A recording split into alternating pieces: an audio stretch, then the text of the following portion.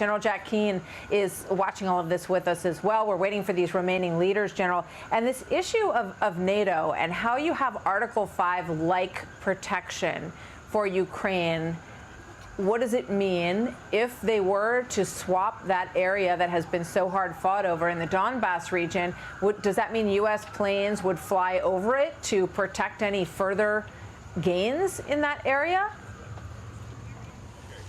Well, there are plenty of options here among the Euros and the United States. Just to put a few on the table to frame something for our audience, one would be military assistance, upgun Ukraine. Now, the assumption is we have a peace agreement. Nobody's shooting at anybody. And the second is we know full well that Putin will get assisted by China, Iran, and North Korea.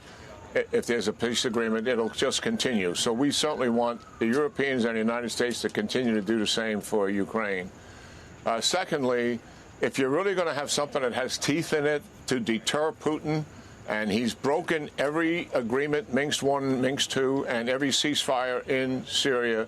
So you have to have something that's real. And for it to be real, you need international forces on the ground.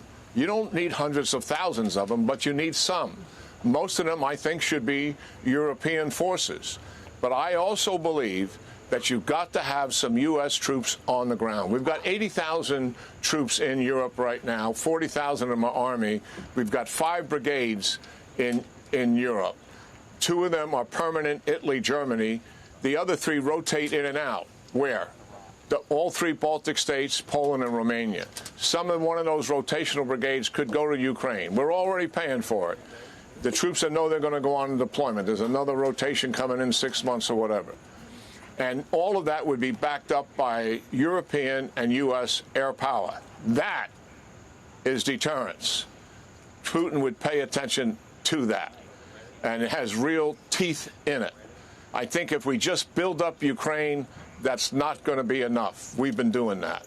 We need to have something on that side of the spectrum. But there will be lots of discussion about this, Martha, with the principals for sure. And there will be different views on what should be there and what should not be there.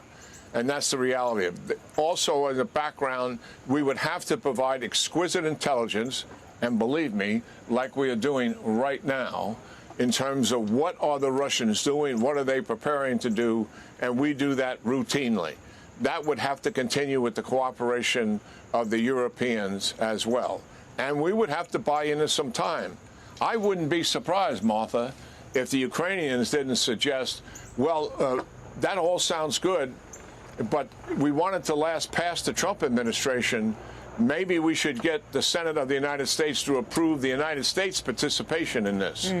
So you ratify it, and it becomes something that lives on beyond the Trump administration. Lots of issues here. But look at, Martha, the fact that we're having this discussion is so worthwhile, because if we do put in place security guarantees, that gives Ukraine a lot of running room itself in terms of the options it has, in terms of possibly giving up a piece of ground here and getting another piece of ground back over here.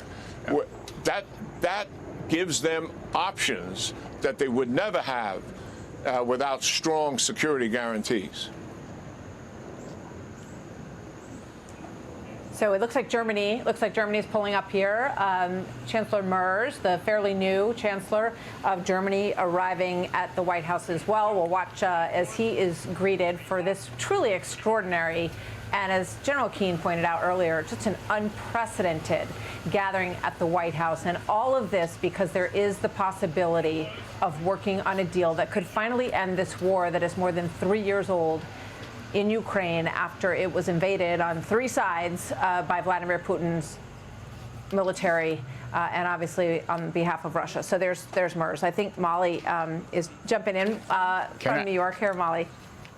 Thanks. But I wanted to ask you, as we're watching these leaders arrive, we have the arrival of the Finnish leader, for instance. When they joined NATO, the border there among the alliance with Russia was doubled. We saw the Italian leader come in. She's a groundbreaking, trailblazing figure. She has talked about an Italian proposal for security guarantees for Ukraine that were also inspired by NATO's Article 5. So as all of these leaders come together, What does that ultimately look for? How do they put forth a proposal to stand really with boots on the ground, as the general was suggesting? Go ahead. General. Oh, I thought you, okay, sure. Well, yes, they'll put a framework together, I think, initially on what should the security guarantee consist of. Military assistance to Ukraine, let's deal with that. How much and how long? And, you know, Chancellor Merz just arrived here. Germany was one of the least contributors to Ukraine. Now they're the most coming out of Europe. The other thing is international forces. Again, how much do we need? What kind of forces? And who should participate? There's a coalition of the willing here that's willing to do that, and there's some others that are not. And then there's some others that are willing to do it, but they don't have much military capability, and they wouldn't really add much military value. They would add political value. And certainly air power, the same thing, and it goes on. General Keane, it's Larry Kudlow. I just want to ask you, we've talked a lot about Donetsk and the defense line there, terribly important. What about just on the southern part? I'm looking at Zaporizhia, if I'm saying that right. That's 73% occupied. Is that swapped into Ukraine or Russia? They give that. Will Russia give that up? Kherson is 70% occupied by Russia. How does that figure in the swap? Crimea is going to stay, obviously, in Russian hands. You know, those areas are, you know, Russia could just roll right in. We were talking about Donetsk.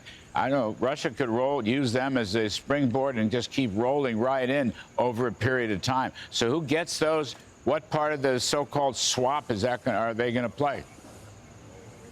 Yeah, just to frame that, Larry, listen, good to see you.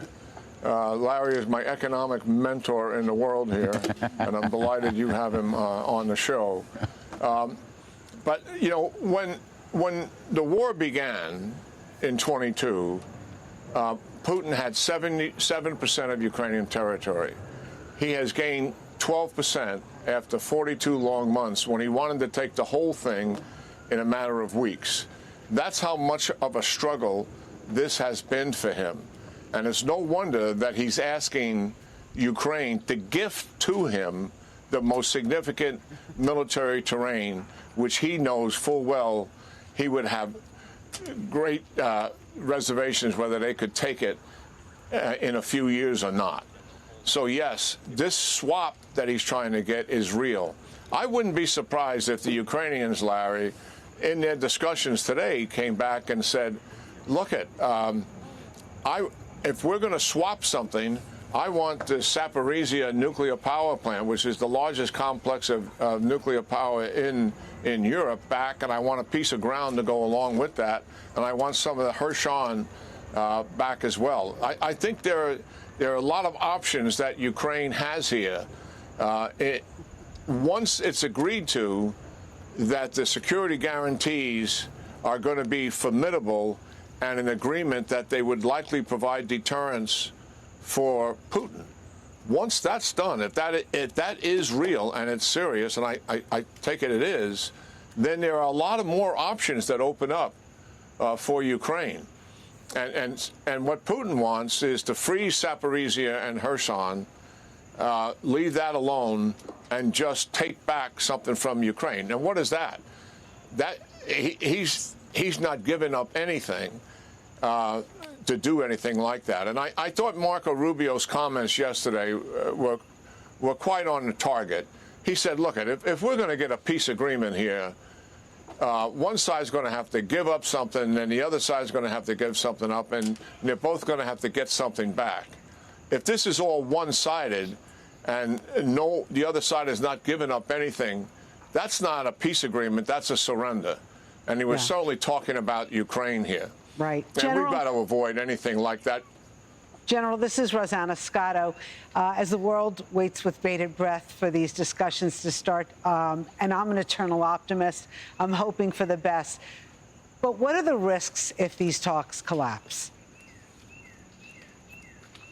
Well, I kind of think that one of the Trump team members likely have gone to somebody like Lavrov, Marco Rubio, or someone else who knows he's carrying a message for President Trump and sort of whispered in his ear, if we get to the trilateral meeting, Zelensky, Trump, and Putin, and Trump still stiffs it and makes no concessions of any consequence that could lead to a peace agreement, I believe one of his assistants had probably said something like this: if you don't make a deal that's real that leads to a peace agreement as a result of this meeting, President Trump is going to crush your economy. That's what you're facing.